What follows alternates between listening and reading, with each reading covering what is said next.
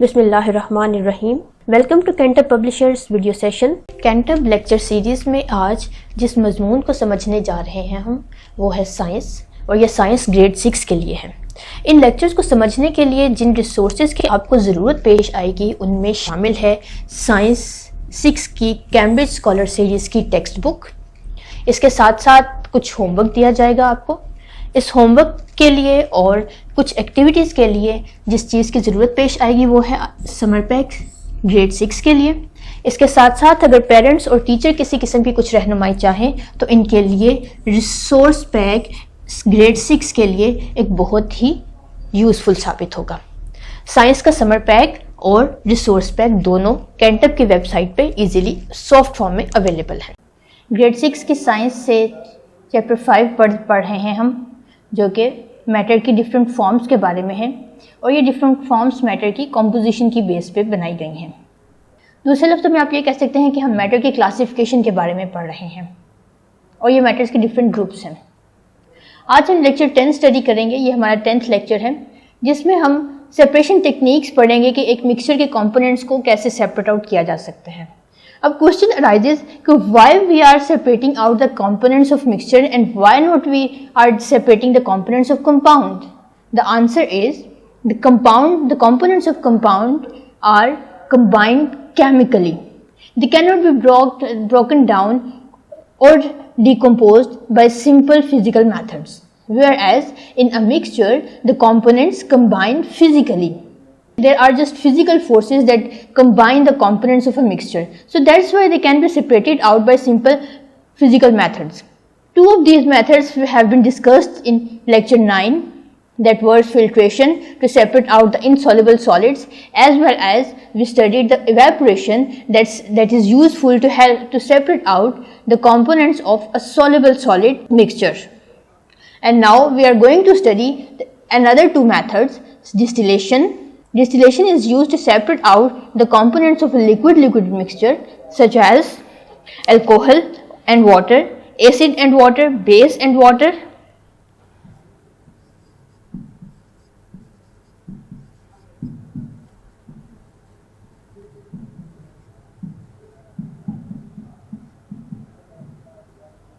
And the sublimation that separate out the components of a solid mixture in which solvent and solutes both are in solid state.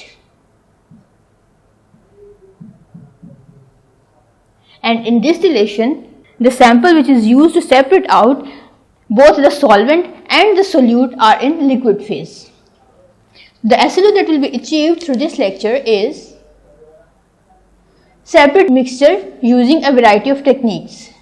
अब क्योंकि हमारे पास बहुत सी techniques हैं तो हम अपना इस लेक्चर को डिफरेंट फेजेस में सेपरेट आउट कर चुके हैं, डिस्ट्रीब्यूट कर चुके हैं. So it is the continuation of previous lecture. If you open your textbook at page 67, you will find the topic 5.9.3. That is about the distillation method. And this method is used to separate liquid mixture in which यहाँ पे दो अल्फाज use हुए हैं liquid के. इसका क्या मतलब है कि one liquid is of solvent and the other liquid is of solute. Principle क्या है इसका डिस्टिलेशन मेथड का?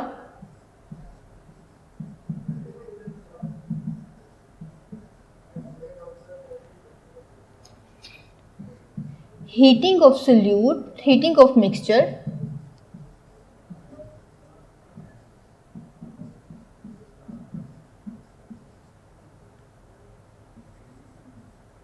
at the boiling point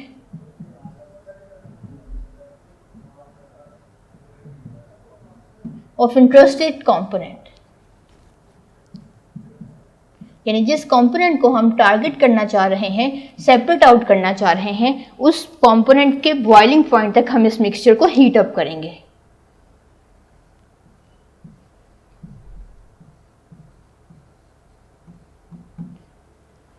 heating करने से क्या होगा, जब हम किसी मिक्सचर को उसके बॉइलिंग पॉइंट तक हीट अप करते हैं तो उसमें इवेपोरेशन रेट मैक्सिमम हो जाता है, और जब वो इवेपोरेट होगा तो वो प्योर फॉर्म में उसके वेपर्स बनेंगे। उन वेपर्स को अगर हम सेपरेट आउट कर लें तो इस तरह से वो कंपोनेंट उस मिक्सचर में से हमारे पास सेपरेट आउट हो जाएगा।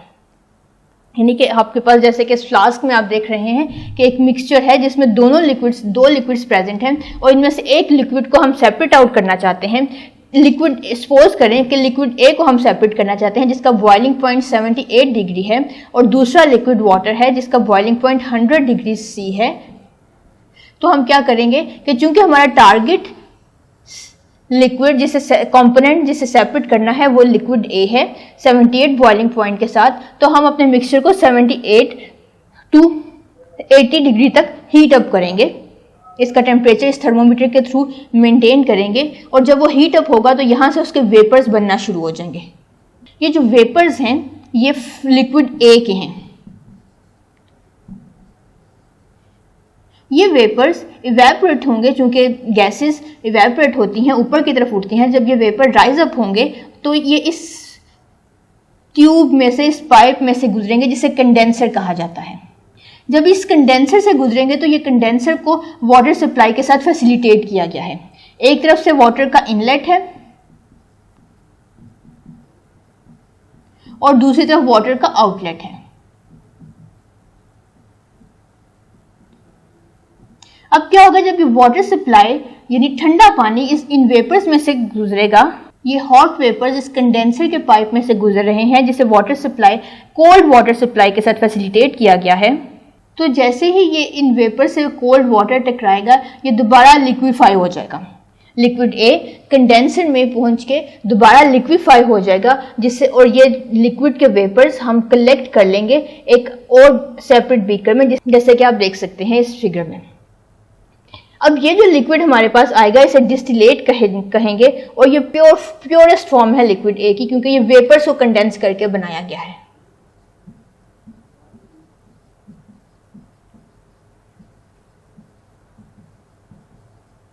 इस प्योर लिक्विड ए में लिक्विड बी का कोई भी रेजिड्यू, कोई भी कंपोनेंट शामिल नहीं होगा। इस तरीके से हम डिस्टिलेशन परफॉर्म करते हैं। ये तो इसका थोड़ा सा ओवरव्यू था, एक समराइज्ड व्यू था डिस्टिलेशन का। अब हम देखते हैं कि इन डिटेल में ये होता क्या है, कैसे होता है। The apparatus used in this process is shown in this figure. It is a physical separation technique. हम बार बार एक वर्ड यूज कर रहे हैं, physical separation, physical separation, physical separation. इसका क्या मतलब है? फिजिकल सेपरेशन का मतलब है कि components in a mixture are just mixed up, they are not bound to each other.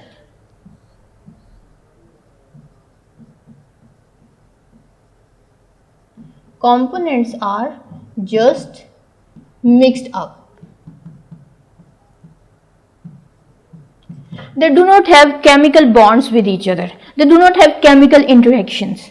यहाँ पे लिक्विड ए और liquid B, liquid A alcohol था हमारे पास जिसका बॉइलिंग पॉइंट 78 है, और लिक्विड बी वाटर था जिसका बॉइलिंग पॉइंट 100 डिग्री सी है, जो कि आप जानते हैं। So water and alcohol are just mixed up. They are not chemically bound to each other. यानी वाटर मॉलिक्यूल्स में अल्कोहल के मॉलिक्यूल्स इन्फ्यूज नहीं हुए, ज्वाइन नहीं हुए, बल्कि वो एक दूसरे के साथ साथ रह रहे हैं।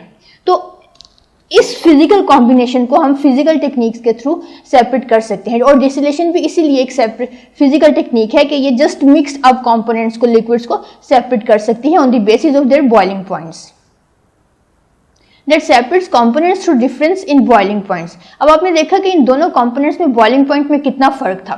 तो जो lower boiling point liquid था उसे हमने evaporate करवा के separate कर लिया। अब जो फ्लास्क में liquid बच जाएगा वो 100 डिग्री C boiling point यानी liquid B होगा हमारा।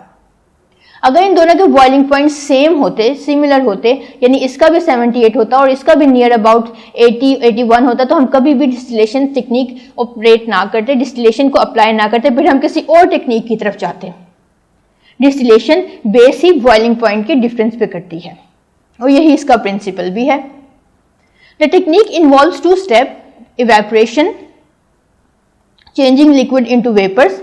ये वो लिक्विड है जो हमारा टारगेट लिक्विड है जिसे हम सेपरेट आउट करना चाह रहे हैं। तो सबसे पहले हमने क्या किया, इवेपोरेशन करवाई उस लिक्विड की, टारगेट लिक्विड की, लिक्विड ए की।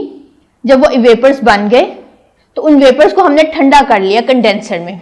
एंड और यही कंडेंसर में होने वाले प्रोसेस इसका दूसरा स्टेप है जिसे कंडेंसेशन कहते हैं, कि जो वेपर्स यहाँ पे बनेंगे फ्लास्क में, हीटिंग फ्लास्क में, वो कंडेंसर में जाके कूल डाउन हो जाएंगे और दोबारा लिक्विड फॉर्म में आ जाएंगे, converting vapours into liquid. In the process of distillation, mixture solution is boiled in a flask। यहाँ हमने फ्लास्क में बॉयल कर रहे हैं, आप देख सकते हैं कि पिंक कलर के लिक्विड में। Mixture with low boiling point evaporates first. जिसका बॉइलिंग पॉइंट कम होगा वो फर्स्ट जल्दी इवेपोरेट होगा, उसके वेपर्स जल्दी बनना शुरू हो जाएंगे। The vapours rise into the condenser. ये वेपर्स राइज अप होके कंडेंसर में जाएंगे। यहाँ थर्मोमीटर के थ्रू हम अपने इसके टेम्परेचर को ऑब्जर्व करते रहेंगे कि टेम्परेचर 78 to 80 डिग्री से राइज अप ना हो जाए। जैसे ही टेम्परेचर राइज होगा 80 डिग्री से अबव, तो इसमें या नियर अबाउट 100 डिग्री चला जाएगा तो लिक्विड बी के वेपर्स भी बनना शुरू हो जाएंगे, जिस चीज को हमने अवॉइड करना है क्योंकि हमारा टारगेट लिक्विड ए है। Mixture with low boiling point evaporates first. The vapours rise into the condenser. ये वेपर्स यहाँ से कंडेंसर में मूव करेंगे। कंडेंसर आप देख सकते हैं कि थोड़ा सा तिरछा है, स्लांट है। इसका पर्पस क्या है, इसको स्लांट रखने का, ताकि वेपर्स इजीली नीचे की तरफ मूव कर लें। वेपर है ना तो ऊपर की तरफ उठेंगे, लेकिन हमें इससे ऊपर की तरफ नहीं लेके जाना बल्कि इसे फ्लास्क की तरफ लेके आना है ताकि हम इसकी कलेक्शन कर सकें। Where these condenses back into liquid, the solid impurities and or the liquid with high boiling points are left behind in the flask। अगर कोई impurity है जो कि solid form में है या liquid form में है, वो इसी flask में रह जाएगी जब तमाम का तमाम 78 डिग्री C वाला liquid हमारे पास इस distillate flask में separate out हो जाएगा। तो so it is all about distillation process। ये इसके एक डायग्राम है, फुल व्यू है उसी डायग्राम का, कि ये फ्लास्क है जिसे हीट किया जा रहा है। इसमें दोनों मिक्सचर हैं। जो पहले वेपर्स बनेंगे वो लोअर बॉइलिंग पॉइंट वाले लिक्विड के होंगे। यहाँ से थर्मोमीटर के थ्रू उसका टेम्परेचर मेंटेन किया जाएगा। ये वेपर्स राइज होकर कंडेंसर में जाएंगे। कंडेंसर को वाटर सप्लाई के साथ असिस्ट किया जाता है, फैसिलिटेट किया जाता है। वाटर सप्लाई इन वेपर्स को कूल डाउन कर देगी दोबारा लिक्विड ड्रॉप्स में, और ये लिक्विड ड्रॉप्स हम कलेक्ट कर लेंगे एक सेपरेट फ्लास्क में, और इस सेपरेट किए हुए लिक्विड को डिस्टिलेट कहा जाता है। So it's all about distillation. यहाँ पे आप देख भी सकते हैं कि कैसे वेपर राइज हुए और एक सेपरेट फ्लास्क में हमारे पास इकट्ठे हो गए। यहाँ से हम उसे हीट कर रहे हैं अपने मिक्सचर को, इम्प्योर मिक्सचर को। अब इस प्रोसेस की यूटिलाइजेशन क्या है? In some countries such as Saudi Arabia, this sort of technique is used on a larger scale to obtain pure water for drinking from sea water। अब आपको पता है कि सॉल्ट जो है वो सी वाटर में डिजोल्व होता है, डिजोल्व फॉर्म में है। तो हम इस सॉल्ट को कलेक्ट करने के लिए इवेपोरेशन टेक्निक नहीं यूज़ करेंगे, हम डिस्टिलेशन टेक्निक यूज़ करेंगे, क्योंकि एक बहुत ह्यूज क्वांटिटी पे, बहुत लार्जर स्केल पे हम वाटर को वेस्ट नहीं कर सकते। जबकि इवेपोरेशन टेक्निक में जो लिक्विड कंपोनेंट है वो वेस्ट अप हो जाता है, वेस्टेड है हमारे लिए। जब वो इवेपोरेट हो गया तो वो वेस्ट हो गया। लेकिन डिस्टिलेशन टेक्निक में हमारे पास कोई भी कंपोनेंट वेस्ट नहीं होता, इसलिए सी वाटर में से सॉल्ट जो कि सॉलिड फॉर्म में होगा कि सेपरेशन के लिए इवेपोरेशन की बजाय डिस्टिलेशन यूज की जाएगी। This process is carried out in a desalination plant. Petrol is distilled out from crude petroleum through advanced distillation। इसी तरह पेट्रोलियम प्रोडक्ट, क्रूड पेट्रोलियम में से पेट्रोल को या डीजल को, डिफरेंट कंपोनेंट्स को हासिल करने के लिए भी हम डिस्टिलेशन परफॉर्म करते हैं, लेकिन ये एडवांस डिस्टिलेशन है जिसे फ्रैक्शनल डिस्टिलेशन कहते हैं। Here we end up with distillation. The next technique is sublimation। बहुत से स्टूडेंट्स के लिए सब्लिमेशन का लफ्ज़ एक नया लफ्ज़ होगा। इससे पहले कि हम इस टेक्निक को डिटेल से पढ़ें, एक एनिमेशन देखते हैं। ये ड्राई आइस है। ड्राई आइस क्या है? कार्बन डाइऑक्साइड ड्राई फॉर्म में है। वैसे तो कार्बन डाइऑक्साइड गैस होती है, लेकिन जब वो सॉलिडिफाई हो जाए तो वो ड्राई आइस कहलाती है।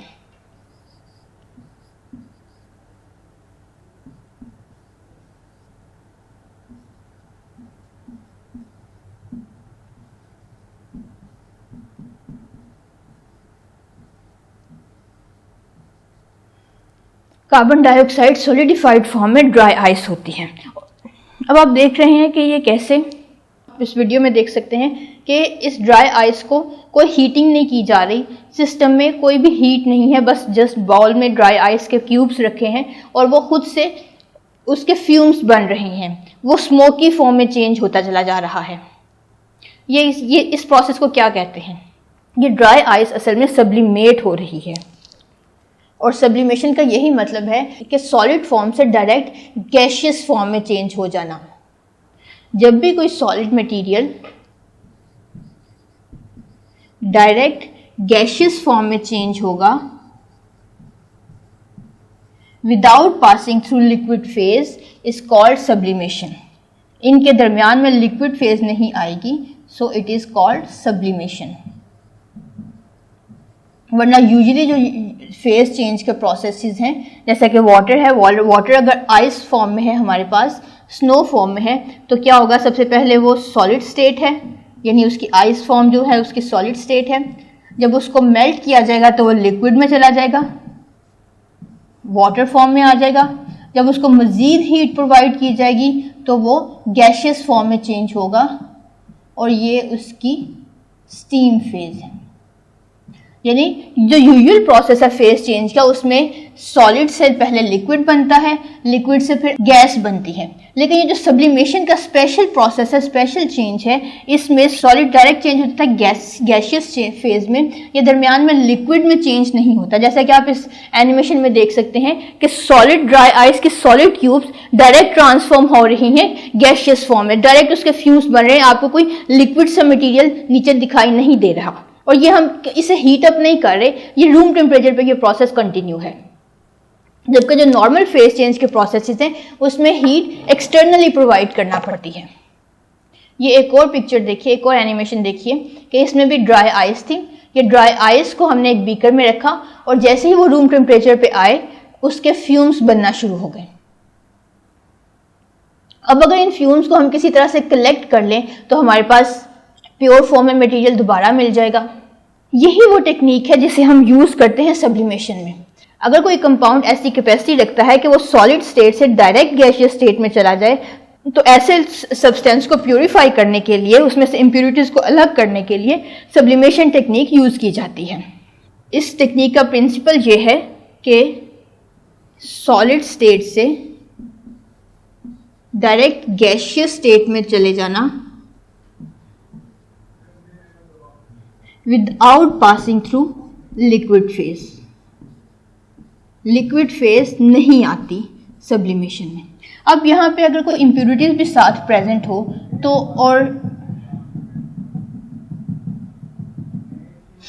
तो इम्प्योरिटी क्या होगी कि वो इम्प्योरिटी चूंकि सब्लिमेशन की कैपेसिटी नहीं रखती, उसकी प्रॉपर्टी, उस इम्प्योरिटी की प्रॉपर्टी नहीं है कि वो सब्लिमेट हो जाए, तो वो इस बीकर में ही रहेगी और प्योर लिक्विड के फ्यूम्स या स्मोक हमें ऊपर मिल जाएगा जिसे हम बाद में कलेक्ट कर लेंगे।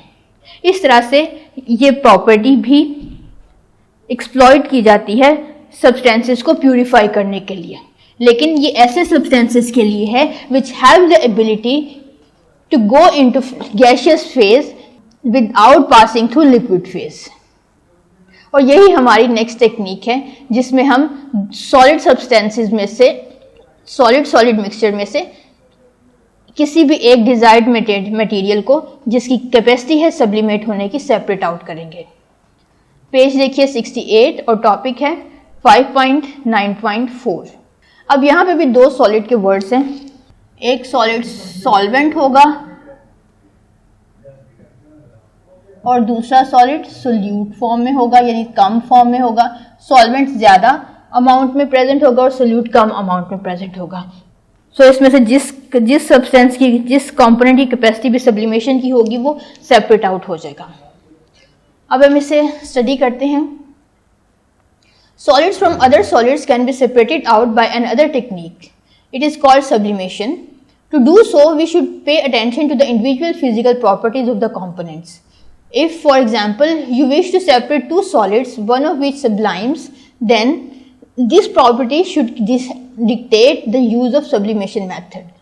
अगर आपको अभी तक आपने sublimation को नहीं समझा तो अब अपने घरों में गौर कीजिए ज़रा कि अक्सर हमारे पेरेंट्स या ग्रैंड मदर्स या मदर्स कपड़ों की अलमारियों में या अनाज वाले बर्तनों में, खासतौर पे गंदम और चावलों में, अनाज को कीड़ा लगने से बचाने के लिए छोटे छोटे से वाइट कलर के बॉल्स रख देती हैं जिसे नेफ्थलीन बॉल्स कहते हैं, या कॉमन लैंग्वेज में इन्हें मोथ बॉल्स भी कहा जाता है। लेकिन कुछ अर्से बाद या जब सीज़न चेंज होता है तो आप उस कंटेनर को दोबारा देखते हैं तो मोथ बॉल्स अपनी जगह से गायब हो चुके होते हैं या बहुत कम उनकी अमाउंट रह जाती है। ऐसा क्या होता है कि वो वहाँ से कैसे गायब हो सकते हैं?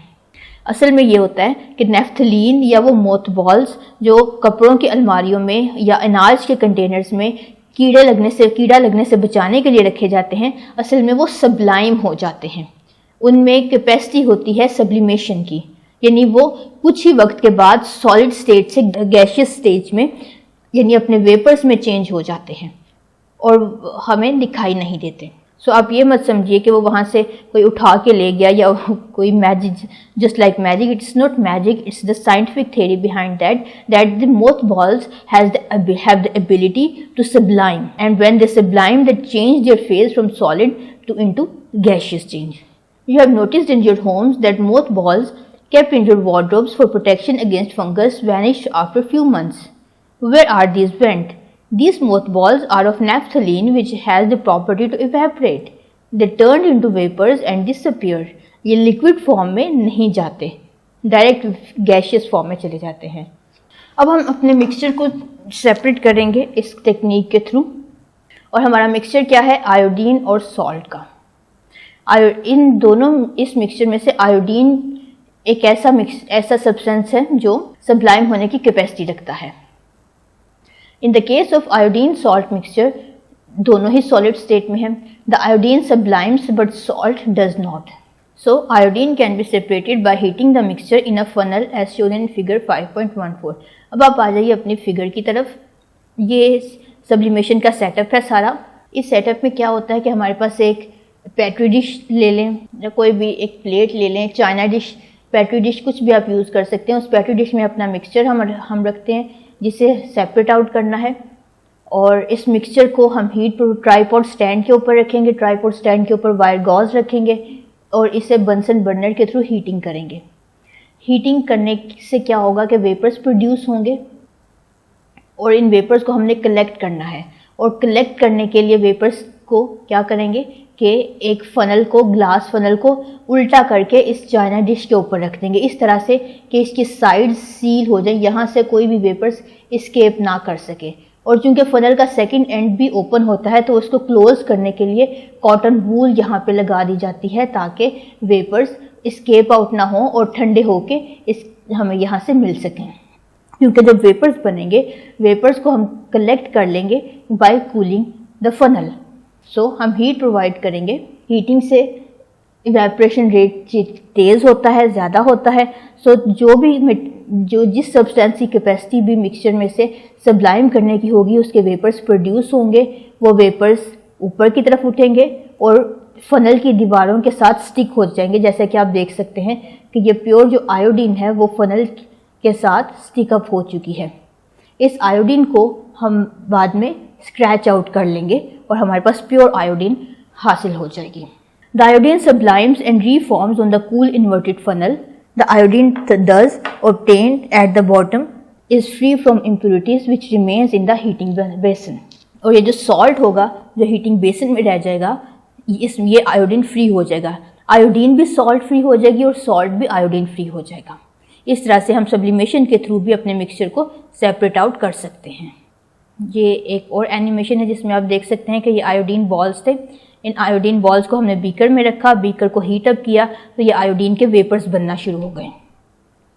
ये आयोडीन थी इम्प्योर फॉर्म में, यहाँ से उसके वेपर्स बने।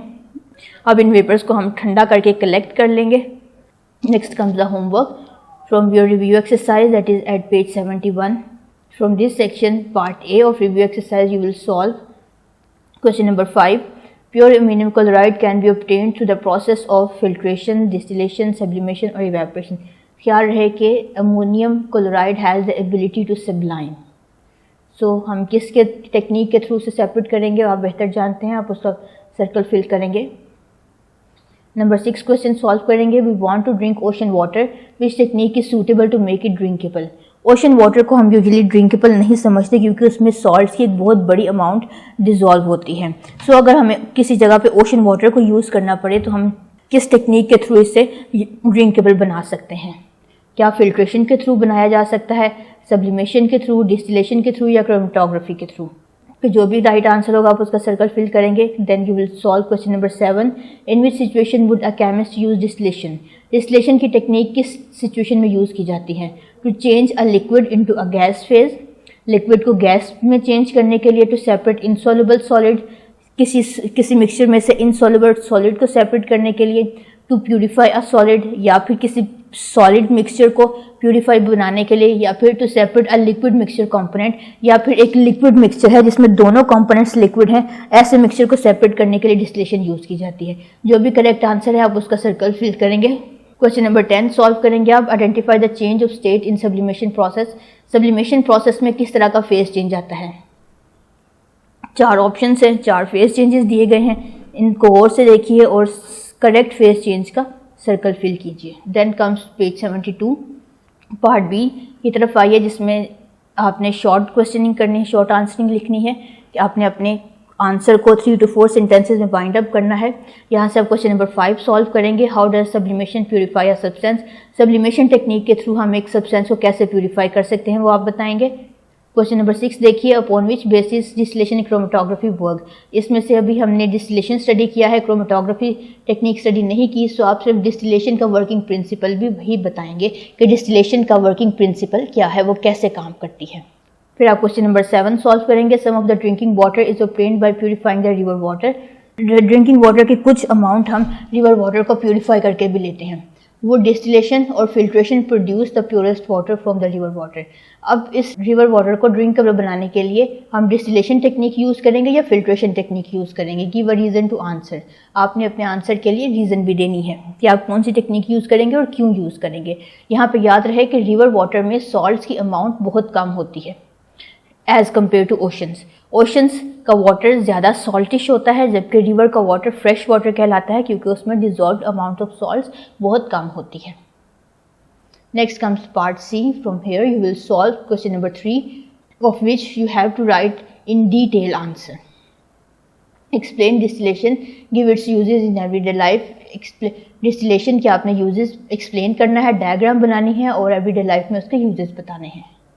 सो ये आपका आज का होमवर्क है।